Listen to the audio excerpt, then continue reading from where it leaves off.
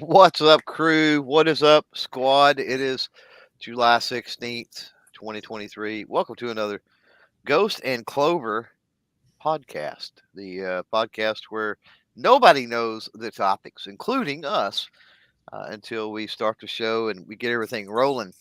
For those that are out there in the audio replay world, or maybe even the video replay world, welcome to all of y'all as well. And remember, live is where it's at when we record this, because speaking of all the fine folks out there that's filing in and joining us live, if you do comment, you will have the opportunity at the uh, tail end of the show to pick a topic to close out the show with the viewer selected topic. All you got to do is say hi, just say something in the chat, and yeah, you're eligible for that.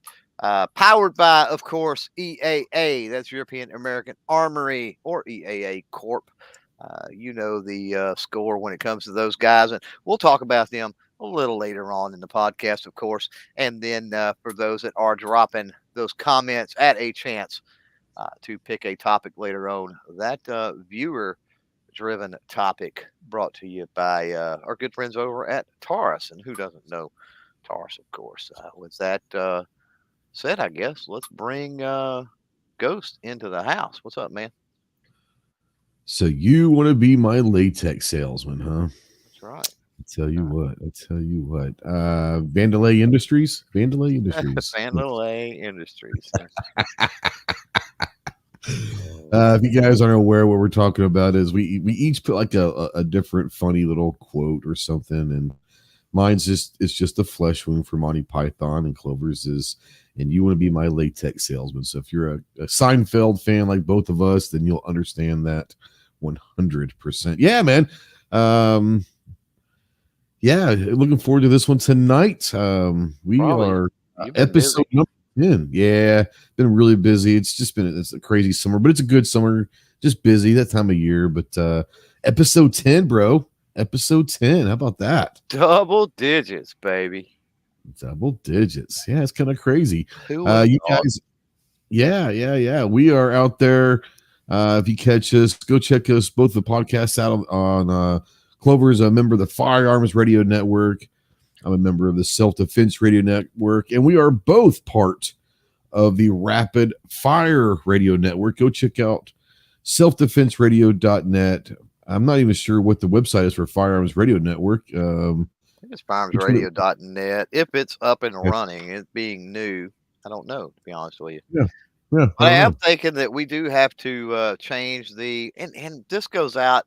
We get much more traffic in the audio world. No offense to anybody live, because you guys out there live is and the interaction is just part of what makes the show what it is for those folks that are listening in the podcast replay. But for those that are in podcast replay, they don't know this, but we got to work on the banners and things a little bit, because Rapid Fire Radio Network is not up there, and I don't even know that it's in the scroll down there. But we got to get them. We got to work on that for the next episode. You may see, for the live viewers, for the video replay viewers, you may see a little bit of change in the layout starting. And it's a good time to do it. It's episode 10, so we'll kick off the double digits and get that all changed over so that it's congruent with what we're talking about. Is that the right word? I don't know, but it sounded right. Man, I'm too dumb to understand what you were saying, so it sounds good to me. I'm not very smart, you know. Yeah, so you got first topic, and then we'll get into a lot of other stuff. So yeah, what do you got? All right, it's coming down to two of them, and I couldn't really decide one, so I'm just gonna take my pen. All right, fast food French fries. Fast food French fries. This is a topic that people can get very angry with, because everyone has their favorite fries. We're going to talk a little bit about our favorite fries, maybe some under the radar quality fries out there. What are our favorite fast food fries? I think we could all agree in different order, whatever, but I think that you have to say that maybe Chick-fil-A waffle fries and McDonald's fries are among the top 3, 4, or 5 on anyone's list, right? I mean, those definitely. Well, as long as they're hot. Yeah, I don't know the Chick-fil-A waffle fries. I've even reheated those. Now I've done it. I Oh, did it yeah. in an air fryer, Yep. not in a microwave. And Chick-fil-A reheated in an air fryer are not as good as getting them hot at the restaurant, Mhm. um, but there's no hope for McDonald's fries once they get cold. Like I don't care what you do to them. Like I will literally if I go to McDonald's and I'll literally ask the people, and I was like, "Are the fries fresh?" mhm. And they say no, and I was like, "Are you getting close to another batch? Because if so, I'll pull up. I'll gladly wait, a few minutes Yeah. to get fresh fries, and a lot of times So you'll be fine with that. yeah, so there's a trick to that that I've heard that you ask for fries with no salt. Oh, they And have to make then them. Yeah, they have to make them, but then you get salt on the side. You get salt packets and just salt them yourself. absolutely, Yeah, sure. yeah. And this is completely off topic. I'm taking my own topic off the rails, but I was watching a thing, and many people that drink Coca-Cola may have always thought that McDonald's Coca-Cola seems to taste better and different than regular other places you get Coke, and it is because that Coca-Cola the only place it sends Coca-Cola this way is to McDonald's. Everywhere else they send them in syrup packets, but to Coca-Cola they send them in like stainless steel drums, pre-mixed. Only to McDonald's. Though, if you ever thought why McDonald's Coke tastes different, that's why.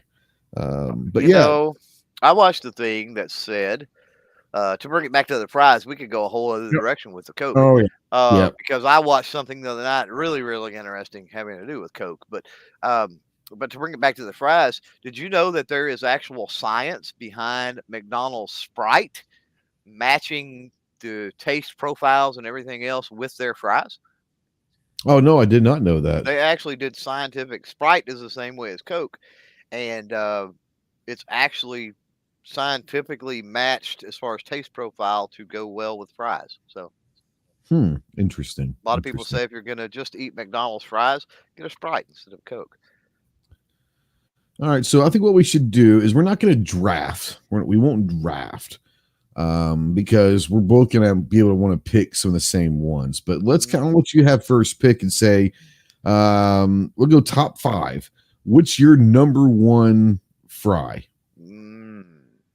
And you can throw out some caveats like having to be warm or whatever, but your number one fry. Yeah. If you had to choose one. So having to be warm, number one is McDonald's. Number hands down, it's McDonald's. Yep. Yeah. I agree, hands down. It's not even close. Mhm. McDonald's, for sure. My number 2 is the Chick-fil-A waffle fries. Yeah. I prefer them. I prefer them hot, obviously, but I can eat them cold if I need to, for sure. Yeah, I could definitely eat them cold. Like I said, they warm up really well if you do it in the Mhm. oven or in an air fryer. Microwave, not so much, but um, yeah, microwave takes. A lot of people don't understand this. Microwave works by water content, so that Yep. it basically boils the water molecules, which makes the food hot, and water evaporates when it boils, obviously. So it loses. That's why things dry up. That's why if you put bread or something in there, right, it gets hard, it gets crunchy and nasty, and that's why Yeah. it's taking all the moisture out of it. But um, if you've ever wondered. Anyway, that's why you wrap when you do baked potatoes in the microwave. You wrap them in wet rags or wet paper towels to cook them. Anyway, Keeps that moisture. yeah, steam them. Real quick. I want out there in the live audience, give us your top 5. It doesn't have to be in order, but if you just give us the top 5 of your favorite fast food fries. So I'm sorry, what's your second pick for fries? Well, I agree with you on Chick-fil-A. Chick-fil-A's got to be the waffle fries at Chick-fil-A got to be number 2. Yeah, without a Yep. doubt. Yep. Now This is let me ask we're you a gonna question. yeah. I need a point of order here. Uh-oh. So when we talk about fries, we said waffle fries. Yeah. Do tater tots count? Do curly fries count? Do hash browns count? What type? I would Where does say it end? I don't think I'd go hash browns. I would do fried potatoes that Okay. are not hash browns. You know what I'm saying? Yeah.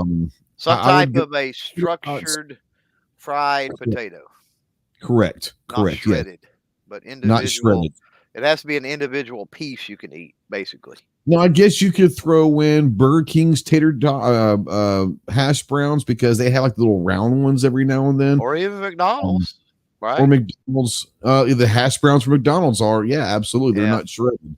yeah, But I personally, I'm personally going to go, tots, waffle fries, that yeah. kind of thing. I personally do not put hash browns in that category, but I have no problem if you do. No, good. That's fine. Just want to kind of know where we stand. Yeah, So because we're at number I think we agree on 1 and 2. I think this is probably where we start diverting our probably. favorites here. What's your number 3? I'm going to go number 3, which would not even be in the top 10 if there was not a caveat. Number 3 will be Wendy's with a Frosty. Oh, okay. That's fair. That's fair. By the way, have you ever had the Wendy's garlic fries? If you haven't, you need to try it. I have not. You, I'm not a big garlic and potato oh, person. okay. Okay, that's fair. I love garlic, but their garlic fries are. I like garlic and stuff, but there's just something about garlic and potato. I don't like that combination for some reason. I get it. My number 3 is gonna be the Popeye Cajun fries, that the kind of the Cajun curly fries. Yeah. Or not the curly, but they're the Cajun fries. I mean, those are really good. And once again, for me, I can eat those, prefer them hot, but I can definitely eat them cold if I need to. They're pretty good. Yeah.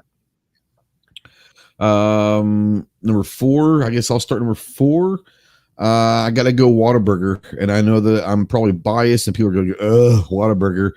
Yeah. Whataburgers are so good. They're very, very similar to McDonald's, at least as far as the texture, shape, and all of that.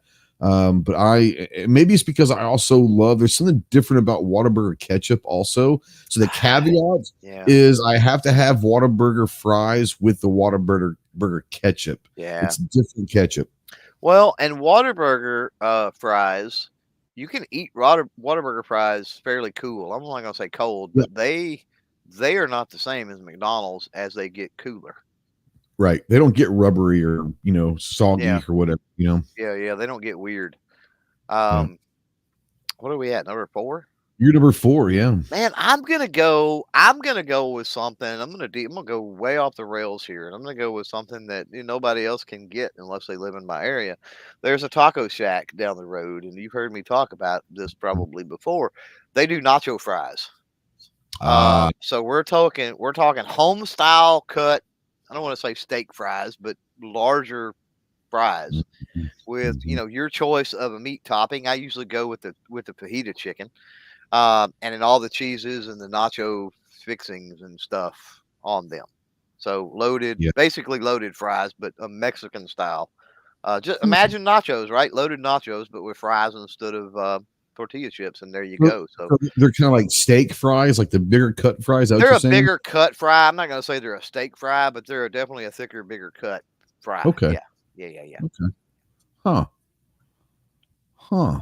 Interesting. All right. You got first pick on the number 5. Number 5. Man, it's tough, man, because I want to say Whataburger, but here's the thing. I love Whataburger. The chocolate shake, solid. Burger, solid. Most of the sandwiches and the breakfast sandwiches, especially and stuff, breakfast menu across the board, solid. The thing about fries is I'm sitting with Whataburger and I'm thinking, do they make the top 5? And I don't think they do, and I'll tell you why. For me, I've never went to Whataburger and just ordered fries. I have went to McDonald's and just ordered fries. I went to Wendy's and got a fries and you know what I mean? I went to the Mexican joint and got just the nacho fries, right? I've never just got fries at Whataburger. So because of that, I don't think they break the top 5. I'm going to go with loaded tots from Sonic. Cheese, onion, chili, the works on tater tots at Sonic. What I'm going to go with. Okay, nice. That's a good one. See, here's the thing for me. I guess I'm a kind of a purist slash traditionalist. I'm not saying that I don't enjoy like the loaded tots, loaded fries, and all of that, but historically, I'm a big fan of just whatever the fry is with salt on it, right? Yeah. And I tell you one that is, we've talked about this before, kind of the under the radar, really good fries.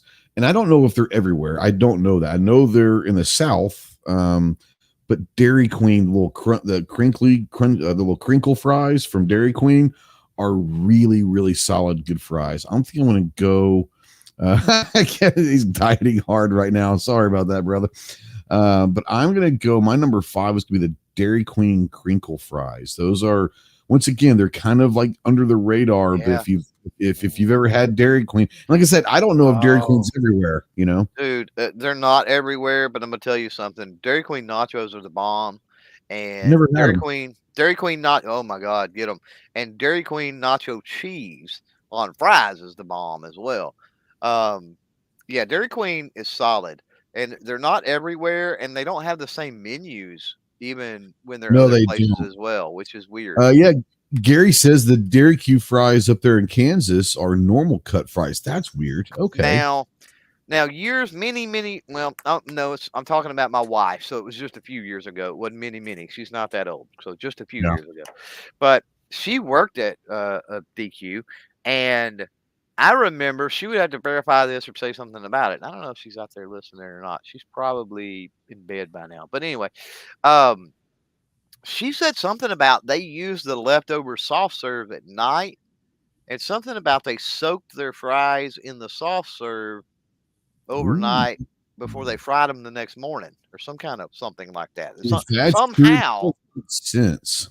yeah, somehow they used the leftover soft serve with their fries, and I don't remember exactly. Now, again, that could be just a local thing, and they may not Right. even do it locally here anymore. Sadly I don't go to DQ much anymore unless we're just going to grandbabies and get some ice cream, Blizzard or Right. Banana Split or whatever, and then and Taco Tuesday at Dairy Queen. I love Dairy Queen tacos, man. Yeah.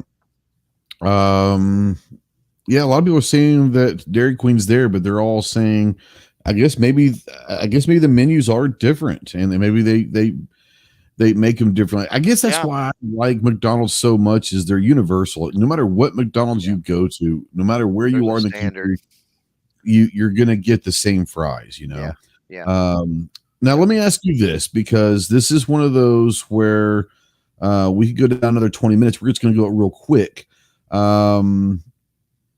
Your condiment of choice when eating fries, does it change depending on which fries you're eating, or do you have a staple ketchup or mustard or a mixture, or what? Ketchup is pretty standard, right? Okay. Mhm. But depending on the fries, like any potato product, be it fries or tots from Sonic, like I've Yeah. got to at least have cheese, and if they've got cheese, I don't do condiments, right? Yep. But they at least have to have that. That's a caveat with Sonic stuff. It's like Yeah. it has to have something on it or be loaded. Just the fries, like you're talking about, in the true raw form, I'm not a Sonic fan. So it Yeah. was a definite caveat there. So there are those that, um, yeah, they have to have the low, quote unquote loaded aspect, and I mean, I guess that doesn't really count as a condiment. But if they're not loaded, then ketchup would be my condiment of choice. Yeah, Yep. I would say for me probably the default is ketchup. But if I'm here's what I like. The top 5 that I gave you, the reason why those 5 rolled into my top 5 was because all 5 of those that I picked, I don't have to use ketchup or anything with them. They taste good on their own. Now, if I'm going to, I tell you what I've gotten into in the last couple of years is a ketchup and mayonnaise mix. It's a pretty solid mix. Pretty good mix there. But yeah, if it's a good fry, kind of like a good steak. If it's a good steak, you should never have to use steak sauce with a steak. Yeah. If it's a good steak. Same thing is if it's a good fry, you shouldn't have to. But I do enjoy a good ketchup with it. But ketchup and mayonnaise has kind of been what I've been using a lot lately. So that's pretty salty too. Yeah. Now, Gunpowder Beauty is throwing out there country style gravy is way better than ketchup. Gravy and fries is amazingly awesome. Usually, Waffle fries I will get. in Tulsa. Remember that? Yeah, that was the first time you'd ever had anything like that, right? It was. Yeah. See, I've eaten gravy with fries for a long, long, long time, but gravy and potatoes just go together. Like seriously, I mean, who doesn't get KFC or any chicken joint or whatever, and the potatoes and mashed potatoes and gravy, fries and gravy is really no different. I would say what's pretty good is if you can get a waffle fry. And the reason why I say a waffle fry is it's a little bit bigger, but if you can get like a waffle fry and some mashed potatoes and gravy, and you dip the waffle fry in the gravy and mashed potatoes and utilize a waffle fry as almost like a spoon, there may not be a better bite than good mashed potatoes and white gravy scooped onto a good salty waffle fry. It's pretty amazing. I'm not going to lie. Well, as we transition out of this, I just want folks to know that we have experimented with some stuff. So I'm gonna a quick kind of rapid fire thing. So you got to pick one. Be honest. And which is better, the Wendy's fries in the Frosty or the Krispy Kreme donut in the Frosty? Honestly, I'm going to go with the fries in the Frosty just because I can do that more often. I would That's not. not what I asked. I asked which was better. Okay. The Krispy Kreme and Frosty is better. Thank you. It is better. It's actually it's quite amazing if you've never done it. We tried that in Tulsa one year, and it was unbelievable. But the caveat here, Krispy Kreme's got to be warm. Okay, the warm donut into the chocolate Frosty is great. Yeah. But it's not one of those things that I do a lot because it is pretty sweet. I can do the fries and Frosty anytime. Yeah, you definitely can't do much of the Krispy Kreme and the Frosty, but if you haven't tried it, highly recommended. And that leads into eventually in November we'll be making the show at Tulsa again, largest gun show in the world. For those that aren't familiar, every April, every November, and definitely you need to get up that way at least once and experience that largest gun show in the world. And we've got a new thing we're going to try. We're going to go Philly cheesesteak on a Whataburger. This is true. Around. So the Krispy Kreme Frosty worked out so well. I don't see how we can go wrong with that. I don't think that it can. I mean, I really don't. And the great thing about Wanamaker this November is our good friends at EAA are going to be there. How about that transition? And that's exactly why I set that up. So softball there. No, and you guys know that EAA is the title sponsor, the powered by sponsor of this podcast. Great friends of both ours personally and of both our channels. Great friends of a lot of people out there. Great quality firearms. You and I have in the last couple of weeks have just gotten the new MC14T, the tip-up barrel 380 that I'm not going to speak for Clover. I'm going to give him a chance here in a second. We've been talking about this. But if it's not, then it's a travesty. Should be named the handgun of the year. It really should. And now that we've got our hands on, actually shot it, we were very, very lucky to be privy to a prototype viewing back at SHOT in January. Then it was obviously released in Indianapolis at NRAM in April, and now it's out in the public, out in the wild, if you will, and it lives up 100% to the hype. And so go check out our great friends over EA. The 2311 Witness is coming out soon, and they got some cool stuff coming this fall as well. Yeah, we're already under NDAs on a lot of stuff at this point. We are. So can't even talk about it. As far as the MC14T, have you got a chance to pull triggers on yours yet? I have. I finally did. I pulled a box of 20. So, yep. Okay. I pulled some defensive ammo first. That was the first thing I went with. So, yeah. And it worked phenomenally. Okay. What ammo? Just curious. What ammo? Hornady. Okay. Yeah. Okay. Not a problem whatsoever. I think it's been about a week since I dropped the NC14T. So if nobody's watched the video I've dropped on the CloverTac channel, go watch it or and plug your ears right now because if not, it's going to be spoilers. um, I had some issues with the slide locking back, which was kind of weird, and of course you know Yeah. that. Um, and I don't know if it's a break in. I mean, outside of that, there really wasn't any. I mean, it's yeah, it handled well. Everything appears to be even better than my Beretta 84, which I've teased for the longest time now that MC14T will replace in my everyday carry rotation. Oh, you're Um, already getting that call, huh? and it is. I'm not making it yet. I'm not making it Okay. yet. It's got to. It's the slide's got to start locking back, and it would So let me ask you some this. reliability stuff. But it The looks slide okay. lock, I think it's a break-in issue. I really do. yeah, I was going to say, for the slide lock issue, was it a specific ammo or was it with multiple different ammo brands? Or? Happened with Blazer and Winchester White Box both. Okay. Did not happen with it. Hasn't happened yet with the PPU. And it doesn't happen all the time with those other two either, which is weird. So it seems like a break in. I'm only a couple of hundred rounds in total. So we'll see. And I haven't set just work the slide and anything like that. So it had a lot of that on it. So, you know, This yeah, is Ozzy. something. No, two different magazines, Ozzy. And Okay. it doesn't do it on all ammo either. So it can't be the Yeah. it's not the mag. This is just something that the reason why I went with the defensive ammo first is I typically go, let's just take 9mm for instance. When I get a new gun, I don't go straight to 115 grain. I usually will go not always to 147, but I'll usually like 124 grain. At least get maybe 100 rounds with 124 before going to 115. Sometimes it's better on those springs and all those things to maybe use a little heavier bullet when you first start shooting a gun, and then you ease your way to some of the lighter stuff. I'm not talking to you, Claude. I'm just talking in general for people out there that are new to guns, maybe.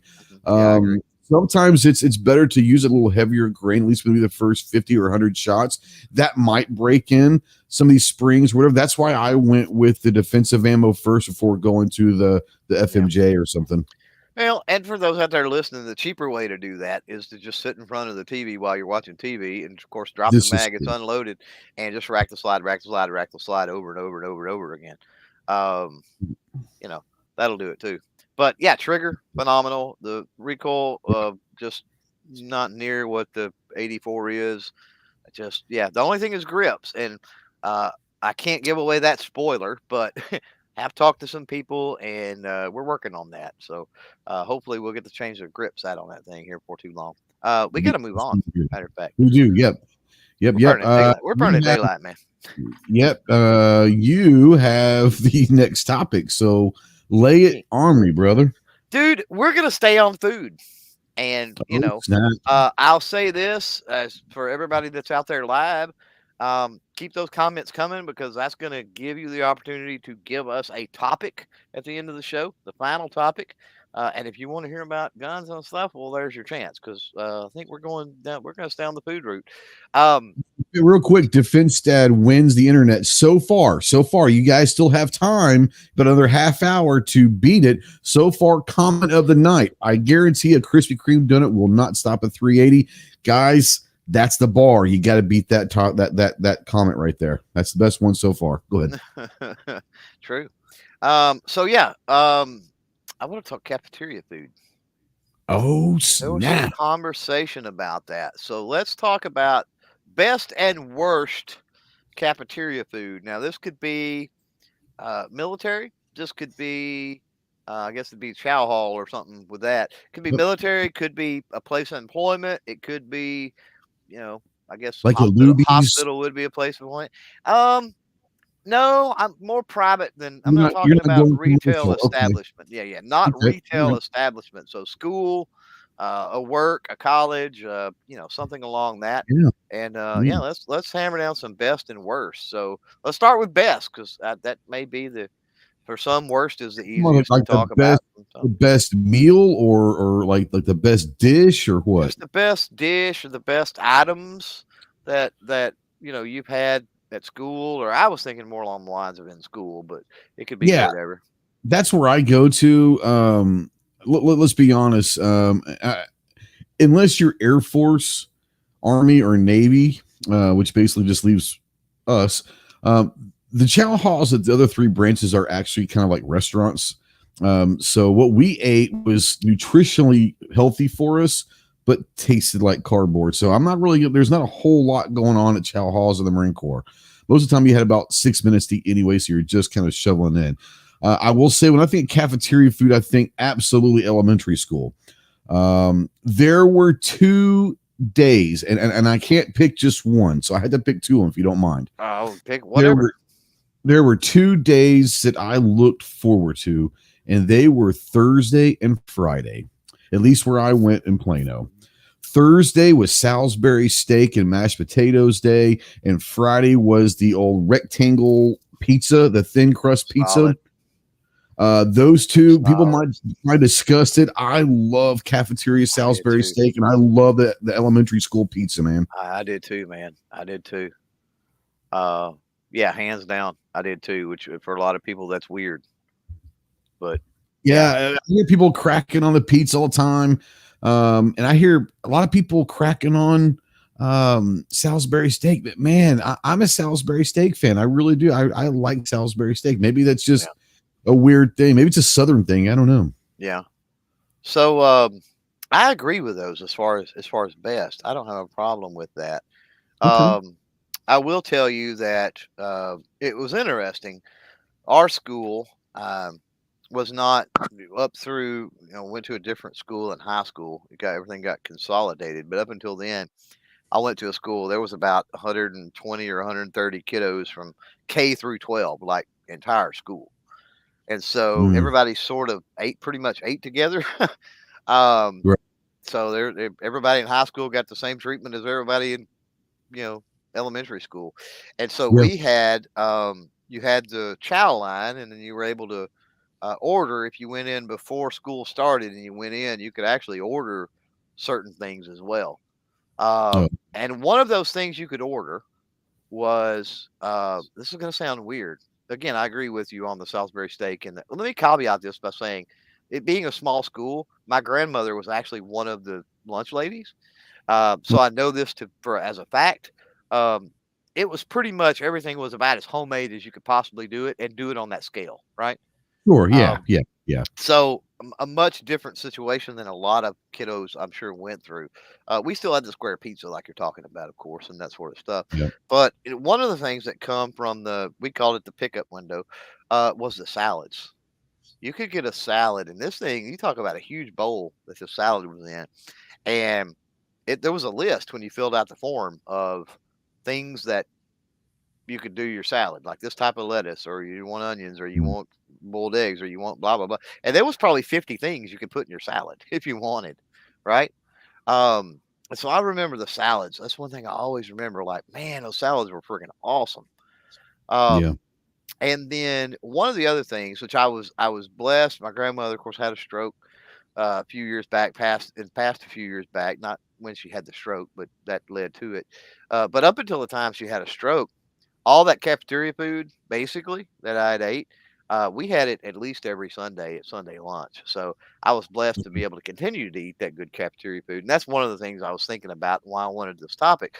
But her homemade hot rolls, oh my God. She was number one lunch lady in charge of the rolls on the days that we had rolls. And a lot of times we had rolls on the days with the Salisbury steak mashed potatoes, like you're talking about. But yeah, the rolls, oh my God, those hot. And I'm working on the recipe for that. A lot of folks know that I've been able to successfully replicate her strawberry cake recipe, and for her pies and a few other things. And those hot rolls, I'm working on that because, oh my God. And I'll tell you, my grandmother's hot rolls, we were talking about fries, and waffle fries come up, and that leads to Chick-fil-A, of course. If you've never had the chicken minis from Chick-fil-A, which is a little chicken nugget bites on a hot roll, those hot rolls taste almost identical to what my grandmother's hot rolls taste like. They also have them on hot biscuits. You can get them on rolls or on biscuits. This is true. And they're both unreal. Yeah. But if you're wondering what my grandmother's hot rolls taste like, there you go, if you've ever had those. So there's Man, a yeah. reason that I'm trying to duplicate that. It's because I want to fry up some chicken.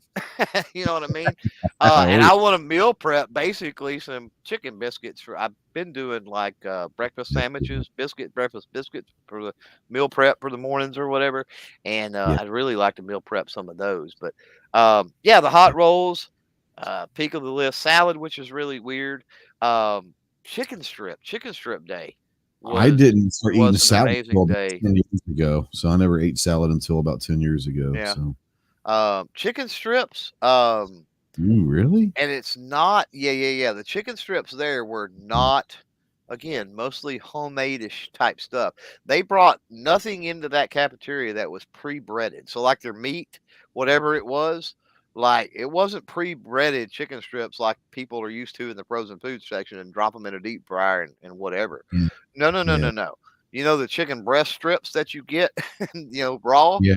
Literally chicken breast strips, they would flatten them out or pound them out, bread them right there in the cafeteria, and drop them in the fryer and fry them. So it's basically fresh fried chicken strips with the white gravy and the rolls, and oh, that was amazing.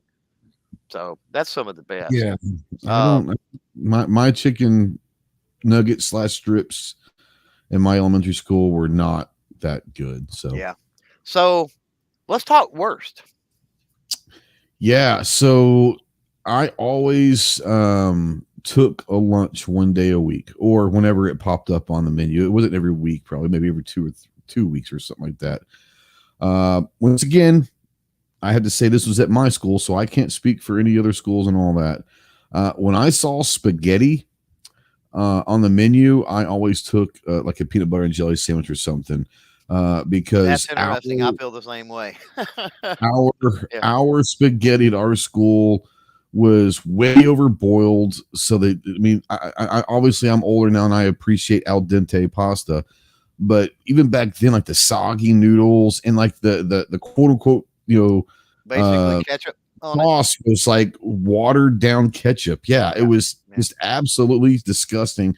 The only thing that was even worthwhile to have was a little piece of garlic bread that you got. But most of the time, by the time we got it, it was already kind of hard and getting stale and all of that. So even that wasn't good. But yeah, for me, when I saw spaghetti and garlic bread on the menu, I probably took me a sandwich.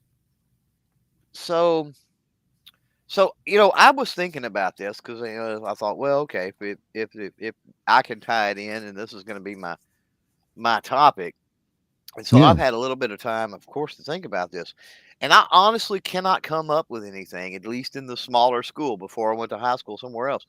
Um, I can't think of anything bad, like nothing bad.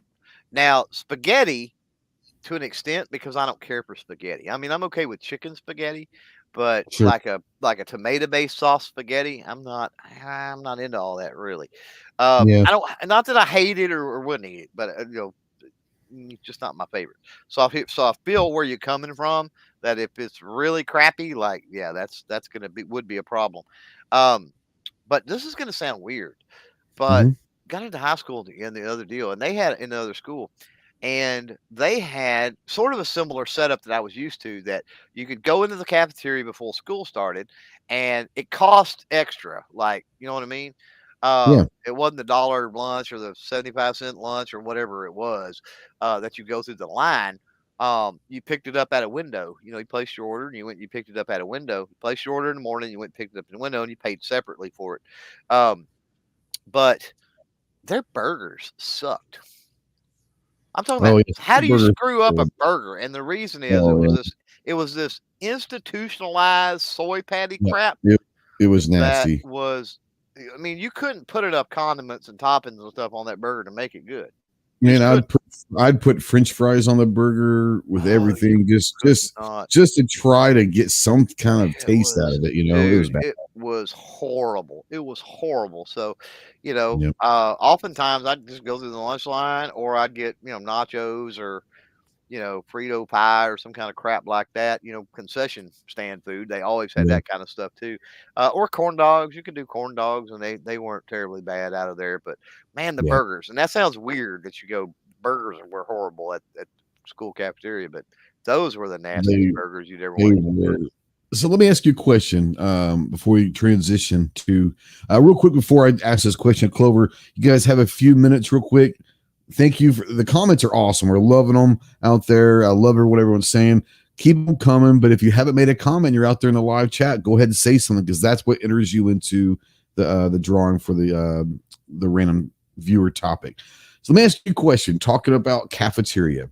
Now, for me, the greatest thing that ever came from a cafeteria is chocolate milk. But let me ask you this. Yeah. For some reason, I don't know if it was because it was when I was growing up, it was the cardboard box little, milks. Made it I don't know better. if it was the box or what, but something about the school chocolate milk is better than any chocolate milk ever. Dude, if you can ever find, and this is a challenge because it's hard to do, but I can guarantee you right now, today, and don't get me wrong, I'll go get like Borden's chocolate milk when we go to the donut shop, and it's in the plastic little thing, and it's good. Don't get me wrong with some hot donuts or whatever. It's good. Don't get me wrong, but you're absolutely right. Milk out of a carton is 150, 200, 500% better. And if you can ever find milk in a carton somewhere, if you've never had it and you don't believe me, get some milk in a carton and taste test it. Even the white milk is better than regular, out of the jug. Yeah, across the board. Like chocolate milk was just a bomb out of. So SHOT Show, right? Yeah. Shot, me and cereal at SHOT Show. Like I'm epic for cereal in the morning. I clean them out. SHOT Show's milk is in they don't have chocolate milk, unfortunately, but SHOT Show's milk is in cartons, the little cartons. It is. And I will drink any milk that's out there. Like I prefer like the whole milk, but if they've got 2% or something and that's all they have, I will 100% drink it because it's that much better in a carton. I will not go below 2% milk. I will drink whole milk. I will drink 2% if it's all that's there, but if it's only like skim milk, I just won't do because that's not milk to me. That's just the nasty. Well, I think all they have there is 2%, and they do. No, I'm just saying, but I'm just saying in general. Like if I go to the grocery store needing some milk, and for some reason let's say milk out except for skim, I'm just not buying milk that day. It's just what it is, Right. So a couple things real quick. G23 says the strawberry milk was great from school. I remember we didn't have it at school. At school we didn't. Yeah. And RTT out there, he says Frito pie. What is that? Oh my God. Probably called chili pie. Yeah, I don't know how you've ever been to a high school football game and not been exposed to Frito pie. But basically corn chips, chili, cheese, maybe some onions and jalapenos, depending on what you want to do. But there you go. Get you some corn chips, some chili, some cheese. It can be regular cheese. It can be nacho cheese. Yeah, that's the basic right there. Everything else is optional, but you gotta have. Oh, okay. So, and if you have it in the actual chip bag, it's even better. I'm just saying. Yeah. Is it Frito? Okay, so I think we can all agree that the three main ingredients that make it Frito pie are corn chips, chili, and cheese, right? Yeah. Without any of those, if you just put chili on top of Frito, is it still Frito pie in your case, or do you have to have all three of those to be considered actual Frito pie? I don't think you do. I don't think you have to have the cheese necessarily. Okay. So you're saying chili on top of Fritos is still, you would still consider that Frito pie? Yeah, I would. Yeah. Okay. All right. Yeah. Some people, you get lactose intolerant, or you get some weird something or whatever. Like I don't want to deny those people necessarily, but but I don't know. The cheese does make the difference. But here's the thing with the cheese, like what kind of cheese, right? Because we'll do it here at the house, and we'll do it, and sometimes we'll do nacho cheese, and nacho cheese is that authentic football game feeling. If you use a nacho cheese, because they didn't keep fresh cheese or whatever at the football game, right? They had nachos. Why would they not use the nacho cheese? But everything was in a crock pot there. So basically, but we'll do fresh cheese, but it's totally different, the taste and all between fresh cheese and nacho cheese. Whether or not you add onions or jalapenos or whatever, it's different. I'm a big onion guy. I'm not a jalapeno guy, but I do love onions. Yeah, some onions in there is pretty good. Yeah, for sure. So, viewer segment. So I'm going to pull up the screen. You guys are on deck out there in the comments. I'm going to get this pulled up. We're going to share the screen. And here in just a few seconds, actually, we're going to draw while we're talking about our friends at Taurus, which power the viewer driven segment here. So, yeah, let's, I guess let's spin this and then we will, Let's no whammies, no whammies. no Big money, no whammies. whammies. Yeah. We got more entries than we do people watching. There's some live people. There's some people in replay that are going to be ticked that a live person bailed after getting chose to pick the topic. Oh So Lord. Chicago Mike the shooter gets to pick the topic tonight. So if Chicago Mike the shooter, he should be out there. He just commented just a Yeah, few he minutes did. ago. Yeah.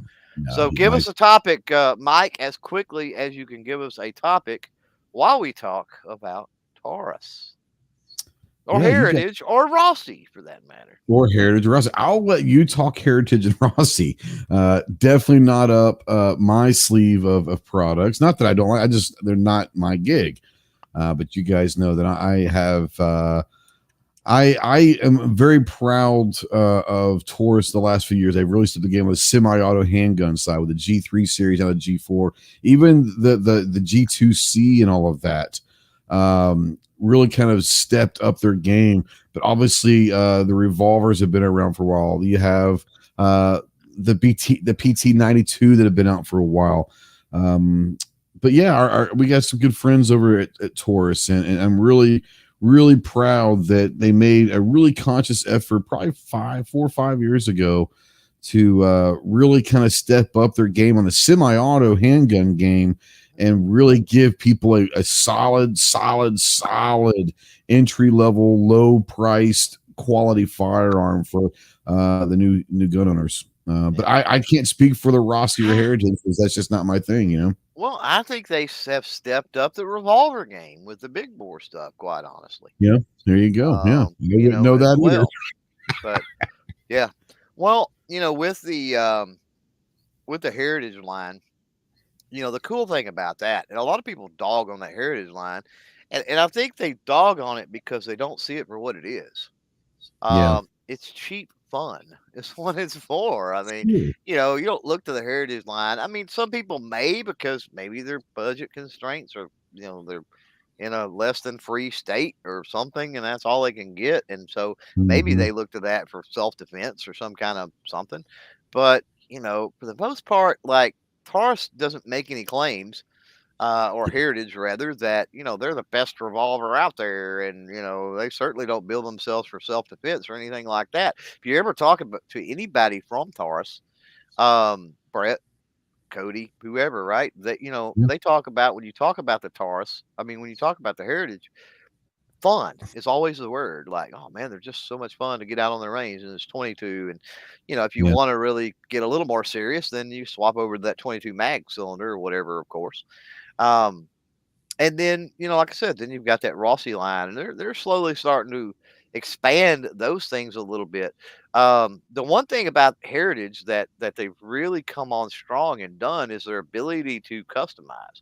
So if you're not familiar with Heritage, Heritage has a parts basically shop, and it's not the same site or anything that you buy the firearms. It's totally different because parts can be, of course, shipped to straight to your house, and no regulations really on that. And you can change grip frames. You can essentially, because you can go legally from a pistol to a rifle. Correct. The Rancher carbine, for example, which is the 16-inch barrel revolver rifle, more or less. Mhm. They've got that stuff right there on the Heritage and the Heritage shop that you could pick that stuff up if you can't find a Rancher, and for the longest you couldn't. You can get the buttstock assembly and the grip frame and get you a 16-inch revolver. And don't do it with anything less than a 16-inch revolver, unless you first got a tax stamp, of course. But yeah, you can go, put your own Rancher together. And I think it's really cool the way they've jumped into the adding parts from grips to grip frames. You can go from regular grips to bird head to whatever. you know. Right. And that's just neat, especially when you're talking about, like I said, a budget friendly, just fun line of revolvers. It's really cool. Absolutely. Yep. We got a topic out there, huh? We do.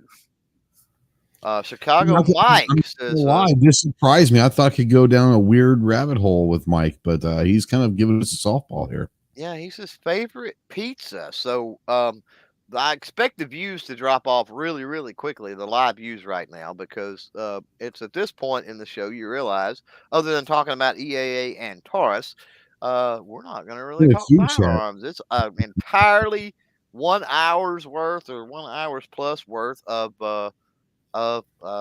yeah, a food chat. Hey, True North Beard Company, I seen was out there. So shout out to True North. If you are a beardsman, you need to check those folks out for sure. Mike says he's waiting for the SAR revolvers. We've been waiting on those for 5-6 I've years been now. waiting on those since 2016 or some crap. So yeah, good luck with that, Mike. Yep. Anyway, favorite pizza. Yeah. Uh, So what are we we? got, style or toppings or what? Maybe we can do both.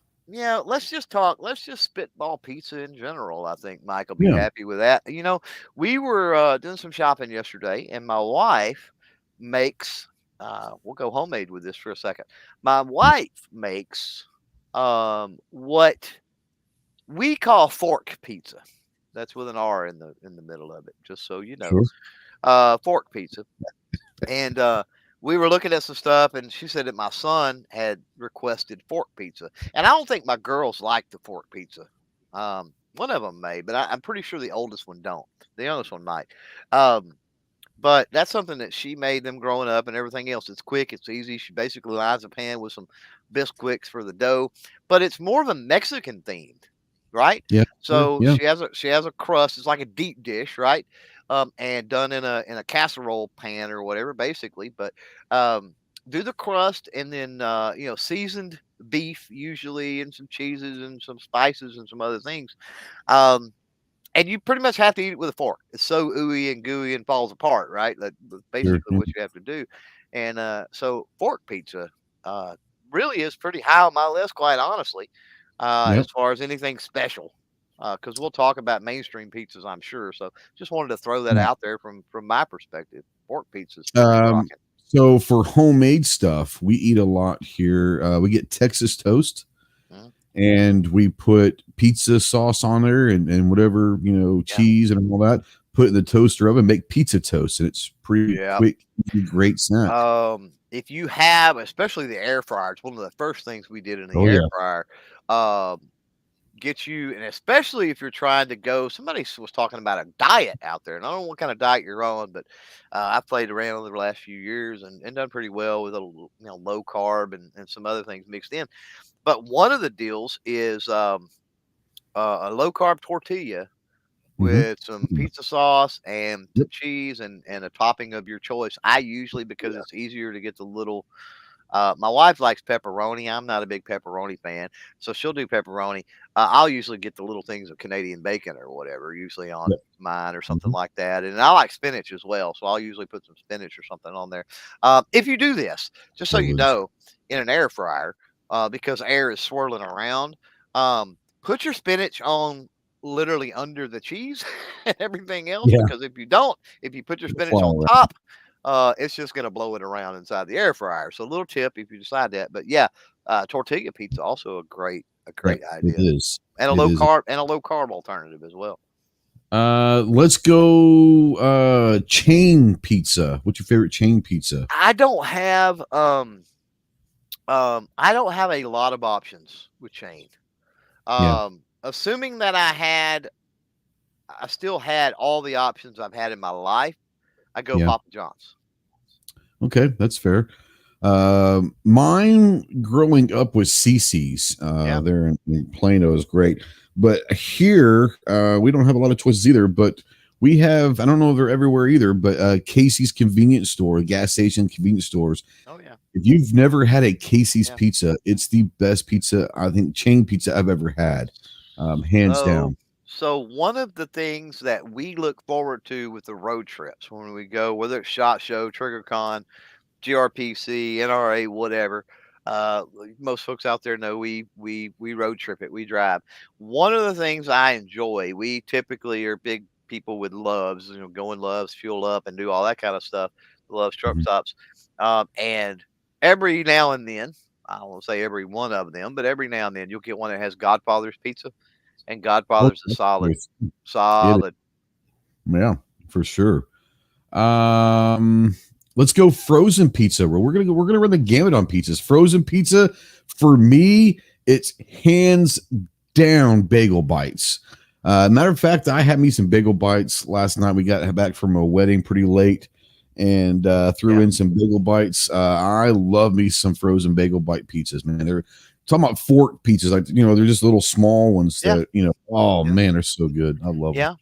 yeah. For me, I see frozen pizza in two genres: the cheap genre and the bigger, more expensive, like the personal genre, and then the bigger. Um, so with the personal, like it's just me, I'm gonna throw something in real quick, whatever. Totino's Oh yeah, has always been, and the small ones, those are good. Yeah. if you cook that in the oven on a pizza brick, uh, oh man, the crust is pretty good with Totino's. It really is. They've got Yeah. a really solid crust if it's cooked right. Um, Yeah. they've got a solid crust. Um, Outside of that, with a larger, pizza that more than one person, let's say, is going to eat and it's frozen, then probably Red Baron, probably. I honestly don't eat like big frozen pizza. Usually, if I'm going to get a big pizza, I'll just go grab one at Casey's or whatever. Right, right. I don't eat Now, like and all that. That's just me. now, what is the most often pizza you eat? Is it Casey's? Um, yeah, Yeah. yeah, probably. I love it. Yeah, Mine, mine, and I say this begrudgingly, because the closest town to me has a Pizza Hut. yeah, And Pizza Hut is not known for the greatest, but it's not bad. It's pretty good.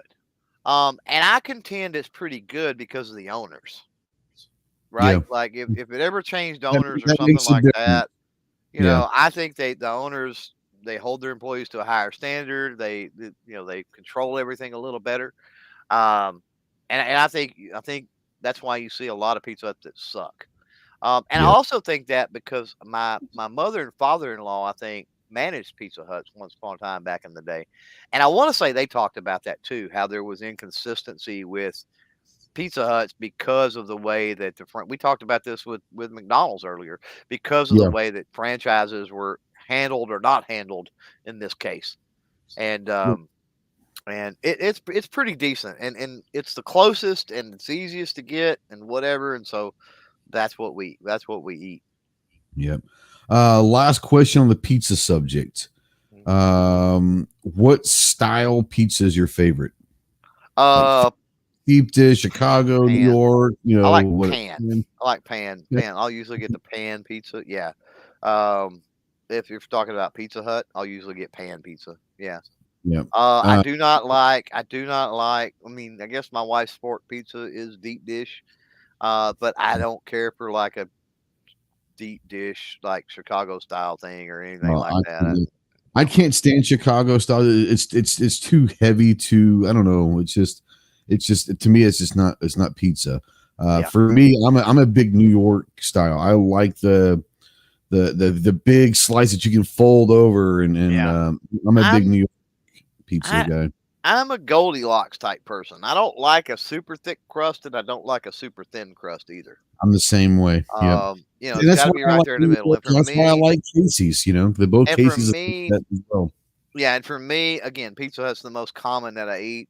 It's the pan pizza because that's the most consistent ratio of Yeah. crust to everything else to me in that. Now, Well, you obviously with better because Totino's, there is. Yeah. Oh, go ahead. Go it's ahead. going to be different. Frozen pizza, you get what you get. Yeah. Most of that's, you don't get really a choice in that. It's nice that you bring that up, and I think that's maybe why I don't like certain types and styles of pizza. The crust to sauce ratio has to be good. Hmm. If you get too much sauce on crust, Yeah. I'm not a fan of that. Well, too much sauce, and especially depending on, and this is one of the reasons that I don't think we were talking about the spaghetti with me earlier. Hmm. Too much of that type of sauce, pizza sauce, spaghetti sauce, that kind of stuff, it tears me Right. up. Tears me up. And so, I don't like a whole lot of sauce anyway because of that reason. I mean, I want enough to get the flavor, to get the, that sort of stuff. But I definitely don't want deep dish to the point it's over the top. Yeah. And that's another thing that I should point out with my wife and the fork pizza that she does. Like I said, it's more of a Mexican style seasoning and all to it, Hmm. but it does have pizza sauce and stuff. And she mixes the pizza sauce with the meat. Oh yeah, sure, sure. So it's Yeah. kind of like almost like a meat sauce rather than meat on top of the, you know what I mean, All right. as a topping. But anyway, Crap. We got to ask one more because we can't go talk about pizza without this. Assume you're going to go like a chain, like a delivery or a chain pizza, and we get uh, to create your own pizza. What's yeah. your go-to like pizza toppings? Like what's your go-to? Um, Beef, pork, ham, chicken, and spinach. All with together? with preferably extra cheese. Oh yeah. Oh snap, that's a lot. Yeah, I'm pretty simple. I'm a ham and mushroom guy. Pretty simple ham and mushroom. Now That's all. that's if I can get it right. Like Sure. Yeah. Yeah. sometimes of the year you can't get spinach, which is really weird, and then sometimes you can't get chicken on there, or you can't get whatever. But I will tell you this: I've been eyeballing the again Pizza Hut, not because they sponsor or anything like that, because that's just what's convenient. Um, but I've been seeing emails because I get on the app and order that way, and I get rewards and other things. But I've been seeing their Philly cheesesteak pizza, and that we may have to try that. I've had Philly cheesesteak pizza before. I've had taco. We have a pizza place here that you can get like weird stuff. Yeah, A taco pizza's good. I tell you when it's really good. It sounds disgusting, but a chicken bacon ranch with the sauce is like a ranch based sauce. The chicken bacon ranch pizza was pretty damn good. I'm not gonna lie. yeah, yeah, Yeah, yeah. Cool. That went by quick. it Holy did. moly, Yeah, yeah, we're already over an hour. I blame yeah. Mike. I do too. I mean, we'll probably never have it again where all three topics were food. But can you really go wrong with food? Because who doesn't like I food? don't think Even you can. people on diets like food. They just probably can't eat what they want to eat, Yeah. you know? Hey, we gave them a wonderful solution for low carb pizza. I'm just saying. Absolutely. Yep. Yep. So not our fault. Hashtag not our fault. So Yep. yeah, what you got going on? Let's Yeah, so we've got a bunch of videos and stuff coming down. Starting to get to the range finally again. Tuesday night is episode 300 for the Armed Citizen podcast. So we're excited nice. about that. We announced a giveaway last week, and we'll announce the winner not Tuesday, but a week from Tuesday. But we'll talk about it Tuesday night. You can enter it and go to last week's podcast and tell you how to enter it. I'll also be putting a video out about that this week. We're going to give away 10 of the Hyperion Munitions precise trigger control groups. And you guys might be hearing us talk about that quite a bit. I have a video on one that I've got. But we're going to give 10 of them away, not just one, but 10 of them. So come by Tuesday night, enjoy the celebration of the 300th show, and we'll definitely talk about the trigger group and tell you how to enter that. We're going to give 10 of them away. So that's pretty awesome. Other than that, man, we're just plugging, man. It's that time of year for me. Everyone knows that my day job gets a little hectic during the summertime. So that's why you don't see as much content coming out. But we're trying to do the best we can to get out and get some videos shot. But yeah, it's just that time of year. But yeah, I know that we're looking forward. We got some cool stuff to get some videos out with for sure. And I know you've been busy. You've been shooting some guns lately. What you got coming up? Still more coming with the MC14T. I've got a couple other things coming in. Unfortunately, I can't talk about. So when the videos drop, you'll know. Want to get out and do something with this Remington 1100 that I picked up Yeah, a yeah. couple of weeks ago. Definitely want to get out and show what a 55-ish-year-old shotgun can still do. Um, what else is going on? Oh, the CloverTac Reviews channel. We've shifted gears a little bit with the branding and the thumbnails and the Amazon influencer store and stuff that all revolves around that. So definitely want to pimp that out right now. Um, but it's that time of year, and you know the way it is being a creator, being a gun tuber. The summer is slow anyway. And so basically all we got going right now is we're working on a lot of other different projects that kind of help um, everything kind of together, kind of helps support the whole, so to speak. But yeah, trying to get out, a video or two a week, obviously, on the gun channel. But we'll be cranking up the podcast probably early September. The late season is coming on that. I'm looking at maybe 12, probably 12 plus episodes, minimum of 12 in the late season coming up. And then we've got, of course, Trigger Con going, and we'll have Tulsa coming up in November. And if you can make, you're out there and you're listening or you're watching now, and you can make that trip, you're highly encouraged to do it. I'm telling you. And man, we're already geared up for SHOT Show in a lot of ways too. So That's crazy, isn't it? middle of the year. Personally, I've got a weekend with the grandbabies coming up this next weekend, and then anniversary the next. So I'll take that opportunity to point out that Yep. normally we do these every other week. But over the next couple of weeks, it's going to be kind of messed up and kind of fluid a little bit. So Yep. when you see them scheduled, you know that they're going to happen. But if you don't see them on the schedule, well, that's because it's summertime and grandbabies, and with Ghost, he's Work. got work, and we've got other Yeah. things. So we will crank these podcasts out as often as we can. Anyway. Absolutely. Yeah, we're really thankful for everyone who came by. A great conversation there in the side chat. If you're out there listening in the podcast world or watching this in replay, make sure you try to get to the next one live, because this is where all the quote unquote magic happens. We have a good time, and obviously you can't get chosen for the random topic if you're not here live. So if you're watching this in replay or listening to podcasts, come check out the Ghost and Clover channel and come join the party over here on the YouTube live channel. As always, thank you for always supporting Clover and myself, whether it's through Patreon or YouTube channel members or buying swag from the website or using our Amazon links, however and whatever monetarily, but more importantly, just being here and being part of our conversation, leaving comments. I'm not saying you have to share or subscribe or like, but just making comments and being here in the live shows is just a great way of supporting us as well. But obviously, we ask you to go support our sponsors. And you guys are familiar with these companies, EAA and Taurus. Both of those companies are great companies, and we ask you to go support them as well. Look, just go find their social medias, and on any random post, just drop a comment. Say, hey, thanks for helping out Ghost and Clover. We appreciate the support, you supporting creators and blah blah blah. That goes a long way. 100%. You got anything else? Nah, man, pull the plug on this one, bro.